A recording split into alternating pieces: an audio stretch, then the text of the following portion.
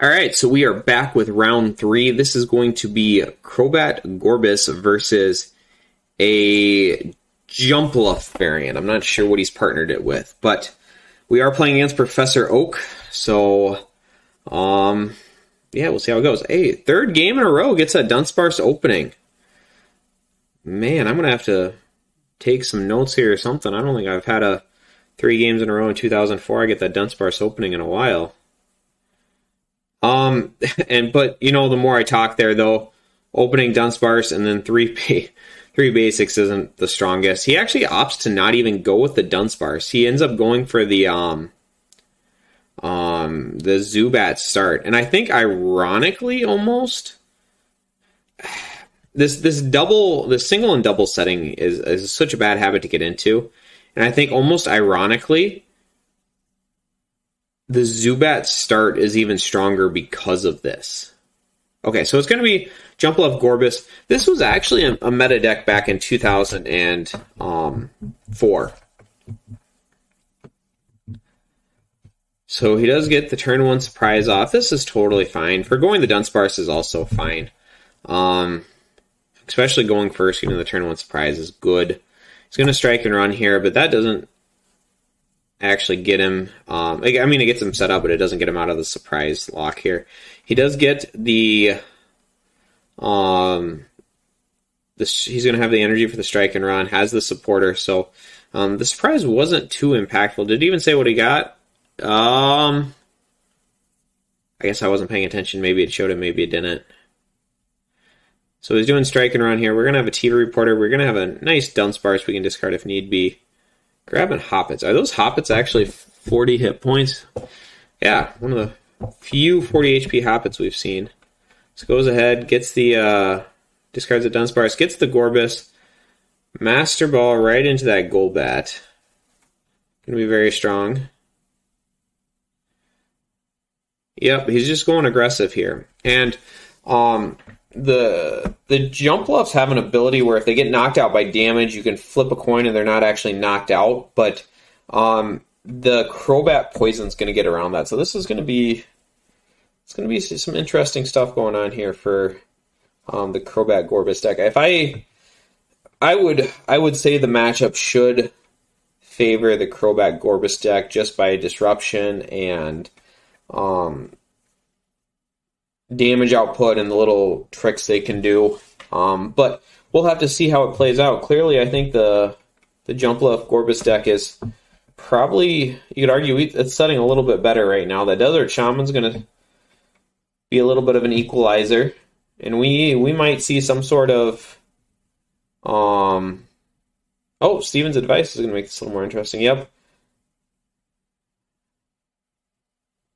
He's debating the Desert Ruins play. Agree, 100% throw it down there. No reason not to. Goes ahead, does evolve into the Golbat, gets the multi down. Oh, that was a great Steven's advice to draw here. And go ahead, you triple poison here. Don't even think about doing that flutter trick. You definitely want that knockout and get that early pressure going. But what we do see here, and I'm sure he's thinking about as well, you have to be incredibly careful with these Gorebyss trades because your Psychic Energy is counting for your opponent as well. So right now, there's currently 4 Psychic Energy on board. If we play a double rainbow here, that's going to be 20, 30, 40, 50, 60, 70, 80. It's going to hit for 70. It'll be 10 shy, so he'll be okay, but you really do need to think about that. And you could even see maybe some big plays where you're using double rainbow or multi to shut off your own cards, but probably not. I mean, that's probably a next level thing that probably won't even be an issue here. So here's where things get interesting, because if he gets an energy, that Mystic Water is going to be knocking out the Gorebyss because of the damage provided by the opponent's Gorebyss. I'm okay with the Dunsparce bench here. I would like to see probably a Copycat just to give him the best odds of hitting it. And this entire tournament run so far, we're in round 3, and he's been drawing really well off these low card Shamans and Copycats. So really haven't seen anything too rough anything he hasn't drawn out of yet. Gets the double rainbow. We're going to go ahead, get that Mystic Water off. And then this is one of those situations where when he's up 2 prizes, he's just going to, I think, trade very favorably with the opposing Gorebysses. I just don't see how he doesn't at this point. Yep, and he's not even going to be able to get a return knockout this turn. So Gorebyss is setting incredibly good, hitting for 1, 2, 3, 4, 5, 6, 7. Hitting for 80 right now. So even with the Jumpluff, he can take it on a flip.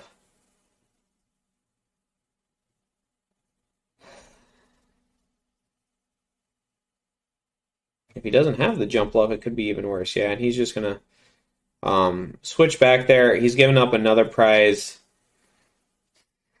Just a really rough spot for that Jumpluff deck. And this is round 3, so I mean that Jumpluff deck is 2-0. It didn't just walk into the tournament. So obviously the player knows what they're doing, but yeah, it's just not the situation they want to see. I think there is some arguments here to kind of, you can make some arguments to maybe mitigate your hand a little bit. Try to avoid giving them a big copycat or something like that. But you're so far ahead, I think you're just playing for the win. Yeah. Yep, and you're just gonna get farther ahead here. I do think you Master Ball for sure. Yeah, misses, but that's a no harm, no foul. It lowers your hand count by 1, just in case they try to do a copycat or something like that. But yeah, it's very strong play all around. We see a Gorebyss there, up 3 prizes. They're going to be able to trade really easily with the opposing Gorebysses. Just a really, really strong situation for him.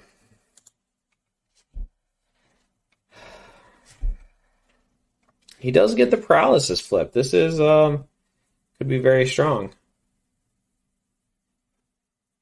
And he's thinking about that double rainbow. I think he's starting to realize how much an ATM rock would hurt him here. And he gets the warp point. This has just got to be a picture-perfect game for Gorebyss. Just everything is coming up their way. I would actually prefer just to give the Crobat here. I mean, it's got 10 hit points. It's going to get knocked out anyways. I mean, I guess you can make an argument for the Jumpluff. You don't want to you want to preserve the Crobat, but I'm thinking the ATM Rock would scare me the most right now. Does get the Jumpluff. Yeah, and even that body is great. But that attack is so bad. That health is so bad. It's just, there's nothing good there. The damage output's just so low for this format. I don't think it'll get you there. Trading effectively with the Gorebysses, I would be trying to set up another Crobat now, just in case they do get some sort of ATM Rock playoff on you, or you do have issues dealing with that Jumpluff.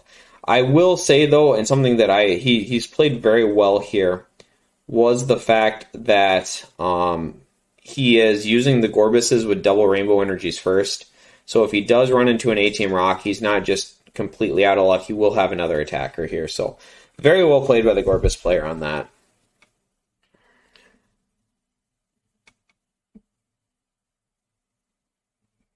And I guess he probably was thinking he didn't want to take the random chance it gets knocked out with the Cotton Punch. Yeah, I guess at this point he knows it's probably not going to trade with him anyways. The ATM Rock point still stands. At this point he's sitting at a 50-50 shot a game. And he's just looking to basically just secure it. Looking for a Gorebyss there, something like that. Nothing. No harm, no foul.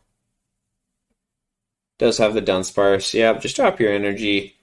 He's taking the 50-50 shot a game. If he doesn't get game this turn, he's going to be able to triple poison next turn. The triple poison is going to get around it.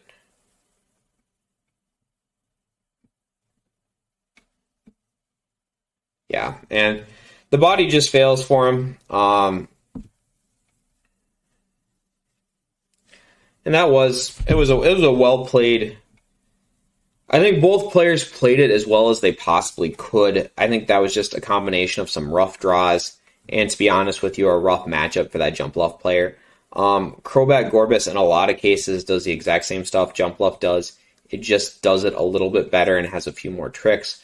Now, don't get me wrong, you're probably going to see a video at some point where I'm playing against Jumpluff and they're hitting like 10 heads in a row and I'm going to lose a game on it. But in general, I think Crobat Gorebyss just has a few better tricks, and it does them just a little bit better than that Jumpluff's going to do. So, solid playing by both people. Just a rough game and a rough matchup for Jumpluff here.